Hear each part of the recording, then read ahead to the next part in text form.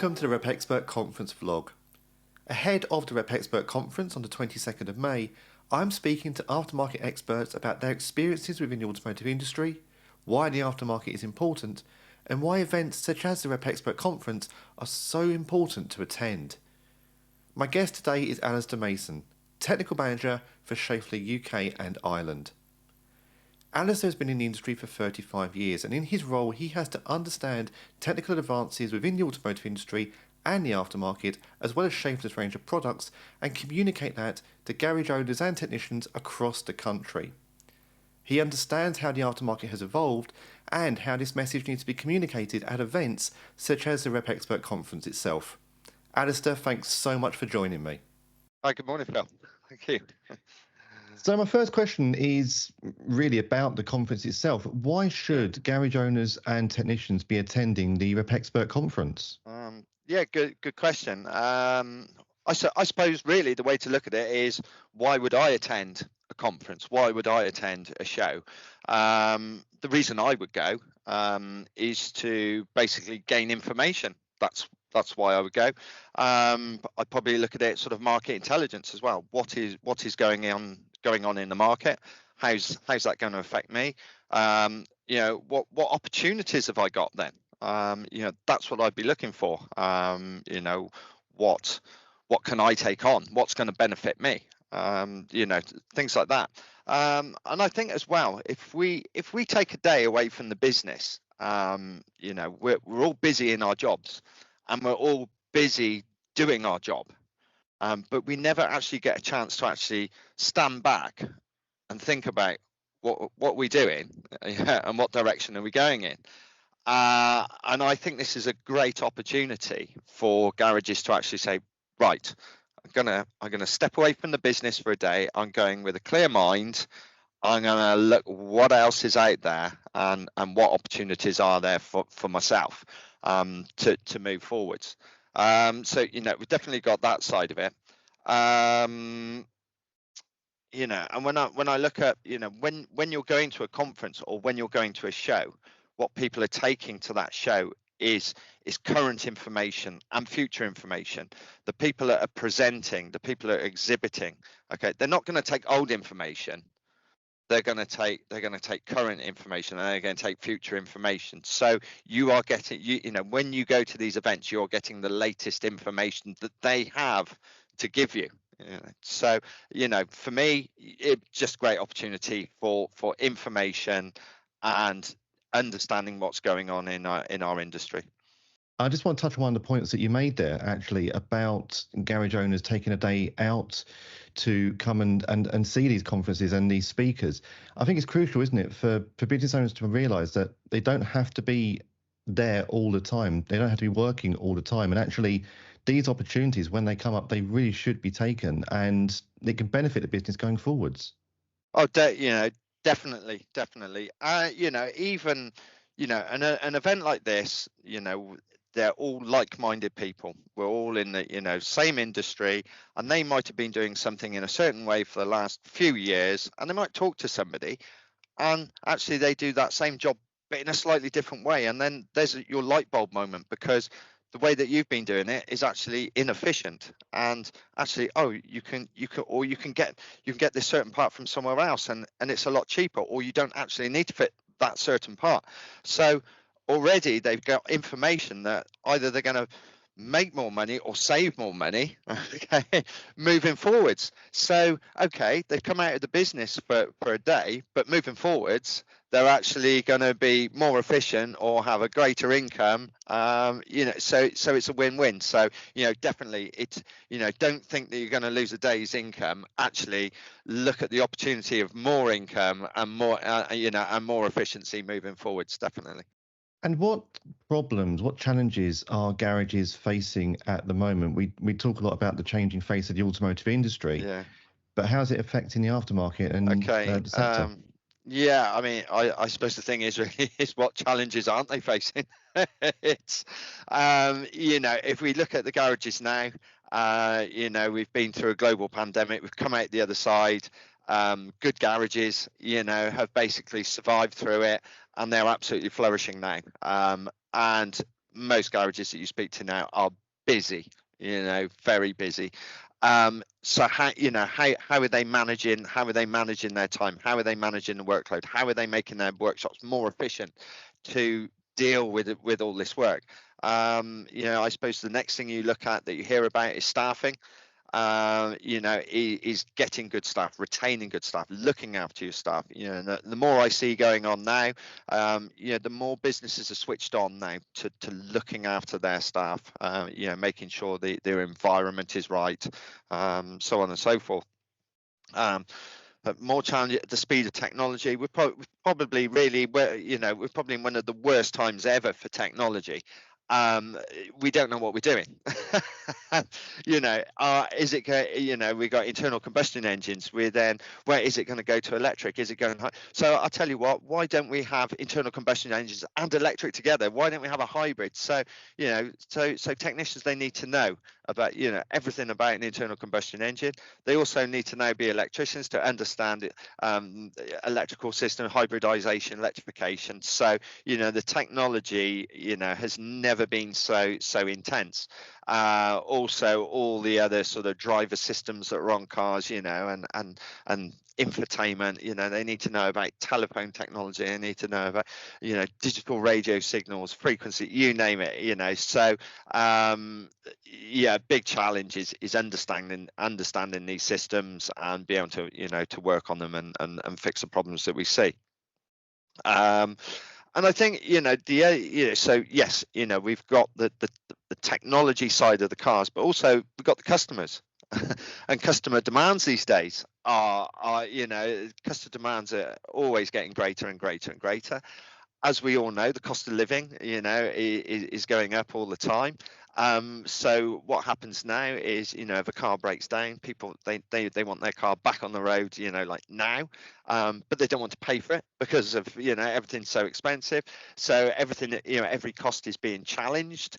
And this is where we're there to advise, to support, where required, and also give the benefits to that customer of what we're doing to their vehicle, why we're doing it, and actually how it's going to benefit them in the long run by, for example, fitting an OE part opposed to a cheaper copy part that could potentially fail in a short space of time. So we're there to offer all this advice, support, and not only us, but everybody else at the conference. They're going to network, they're going to talk to one another, they're all going to share their experiences, their problems, and then other people will, oh, this is how I got over that, this is what I do. So they're going to be sharing best practice, which obviously then you can cherry pick from that what's going to work for your business and what isn't. So I think there's going to be a lot of advice that day, flying around in every direction.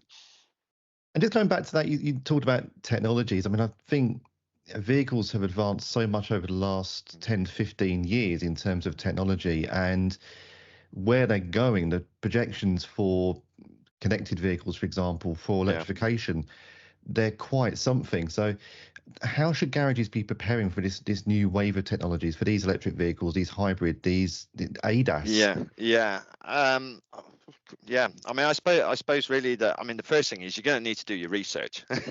There's no point, if we look at, say, the southwest of the country, the EV network around that area isn't that high. They haven't got a lot of charge points, etc. It wouldn't be the best area of the country to invest all your money into electric vehicles because the car park down there is so small with these vehicles. So the first thing is do your research, understand your customer demands. What customers have you got in your area? Is it going to work for you, yes or no? You mentioned ADAS. The first thing with ADAS and setting that up, I'm led to believe, is that you need a large space to put all the calibration boards. If your workshop's too small and you invest all this money in ADAS, it's not going to work. So the first thing is do your research, understand what's required. Make sure that you've got a market for the technology that you're potentially going to invest in. Talking of investment, you've got to look at the equipment that you've got to buy. You've also got to look at the training. You've got to plan this. You've got to plan this into your, into your next 6 months, your next 12 months. Okay. So you've got to have a plan going forwards. And the other thing is, and what will be great about the conference is, we talk about networking, understanding what other people are out there in our industry that can actually support you, and you will find there are already a lot of people that have invested a lot of money in specific equipment, and they will be the experts in that area. So actually, why not use those guys? They've spent the money. You're supporting them. You're supporting their investment. They've invested because they want that work. You're taking that work to them, but you're also being able to offer that to your customer. So, or they might be, say somebody's really invested in battery technology, so you can quite happily work on electric vehicles, but actually you don't need to invest in the battery side because that you've got somebody that you can actually take that specific repair to. So let's support one another, and that's what it's all about moving forwards, definitely.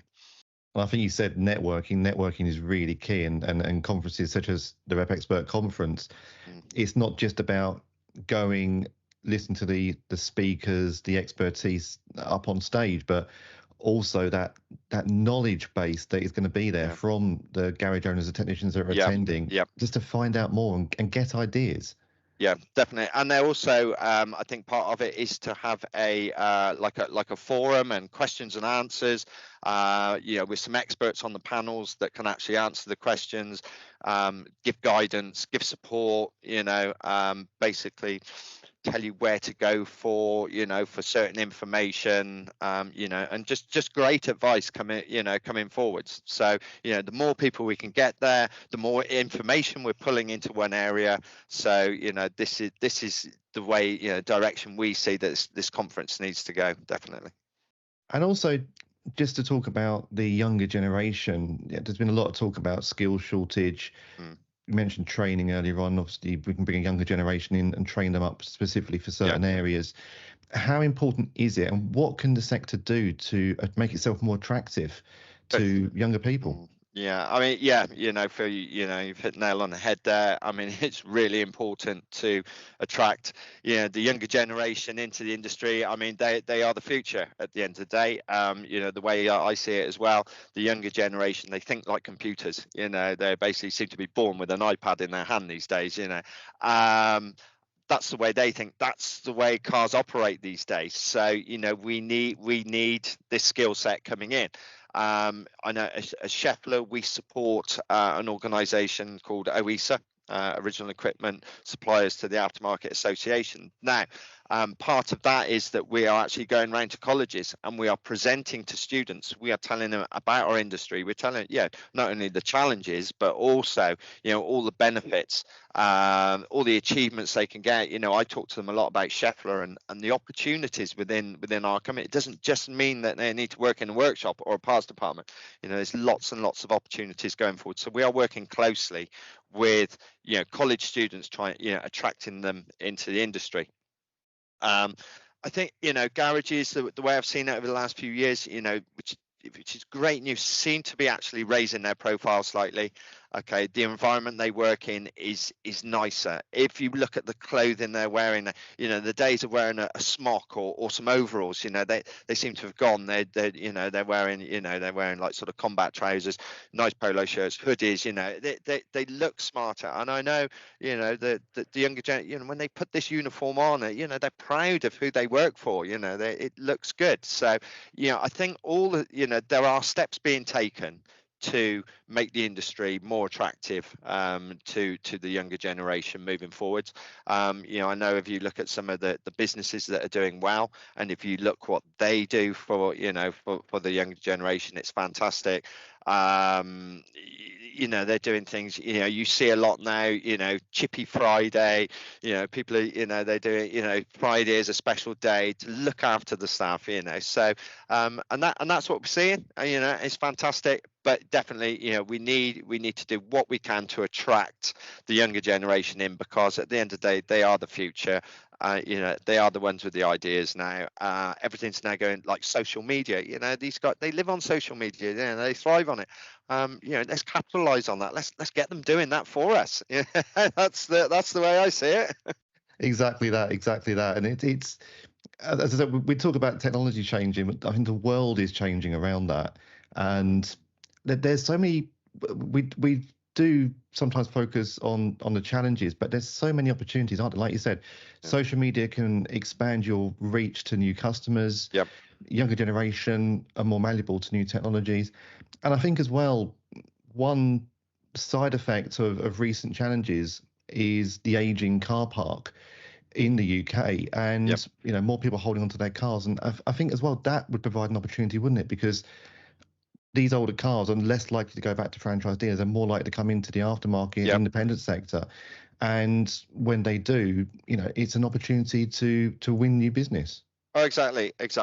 For us, for independent garages, for us as suppliers, supplying our parts into the aftermarket, it's great. We're sort of riding the crest of a wave a bit really at the moment, because people aren't buying new cars; they're keeping hold of their cars longer. So, and that is why garages are so busy at the moment. Because these cars are, obviously they're returning back for more repairs. They're actually more expensive repairs as well. The bigger repairs they're being done, which is great. But we need that skill set to be able to to work on them. So is there anything else that garages can do to ensure that they're future-proofing their business? Future-proof. Wow. Okay, big word, big commitment.